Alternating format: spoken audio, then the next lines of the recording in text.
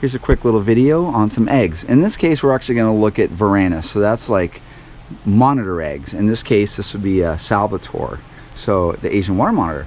And this right here are ball python eggs. So let's just kind of get an idea what like good eggs should look like, what bad eggs should look like, and whatnot. So this clutch right here was just laid today. You'll notice if everything's right and your substrate's right for the nesting, you're gonna have a very full looking egg. It's not gonna be dented, and these are a little bit smaller eggs, but this is from one of my third generation females in there, and some of them are, you know, smaller. So this female is like maybe 3.5 foot, and she laid 14 eggs. This is probably her third clutch. So this would be a little bit on the smaller side. Let's look at something like let's look at a monitor egg that has a little bit of age to it. So we got a clutch of eggs right here. This is from some Togian bloodline. Now here's a clutch that was laid, oh, maybe 4 months ago, and they take roughly 6 months or so to hatch. That's a good egg. So once again, we have a full egg. If you smell it, it smells very earthy. So if I kind of go through here, you'll notice that the substrate doesn't really stick to it. That's like also a bit of a telltale thing. So here's a nice box with 6 eggs in it, and all 6 of these eggs look good. Okay, now switch to this clutch. This clutch I don't have so much success with. So I have an egg right here. This egg is clearly bad, so that goes to the trash bin. And I already knew that this was gonna come about. So this is from a sulfur. I did a sulfur to an albino, T negative.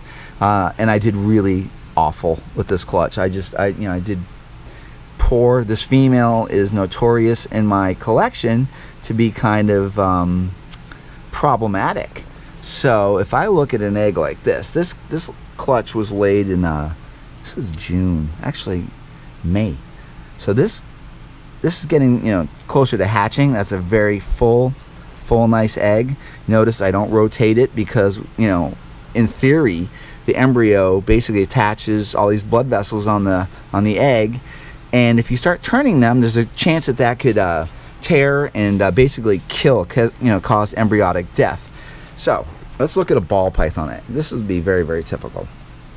So I'm looking at eggs, something like this, that might take about 60 days to hatch. This is 6 months. So these monitor eggs, Varanus eggs, are far slower growing as far as the embryo.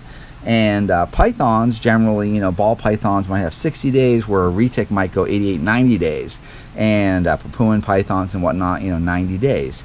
But you can just see the difference in size, what they look like. But it's, you know,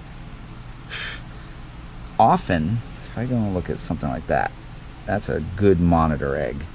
But you can see that this is maybe a third smaller, you know, at the best case scenario. It's amazing how much monitor can be fit into that. All right, well, anyways, at the very least, a video like this will just kind of show you what we're looking at.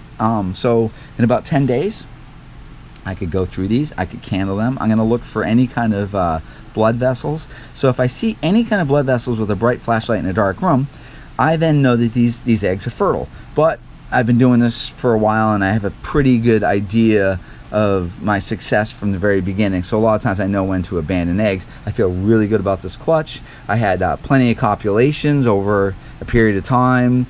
So if everything goes right, in about 6 months, I'm gonna be looking at some wonderful little urban dinosaurs. All right, say goodbye.